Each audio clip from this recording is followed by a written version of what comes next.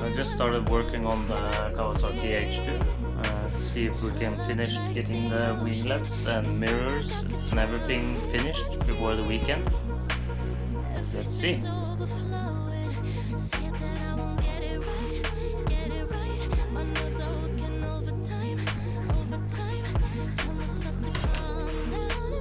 We got one winglet on.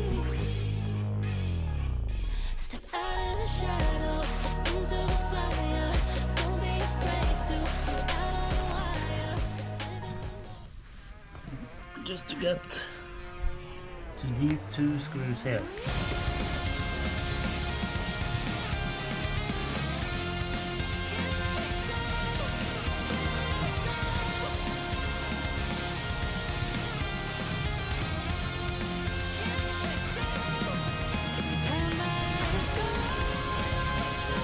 Finally got the fairing back on.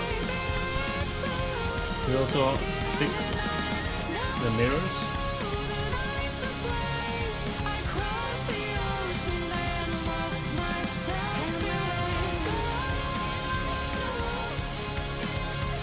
So one connection for that mirror is here, and you have the other connection is on this side. So the other mirror disconnected, we can just screw off the mirrors. It's much more hassle than I thought it would be.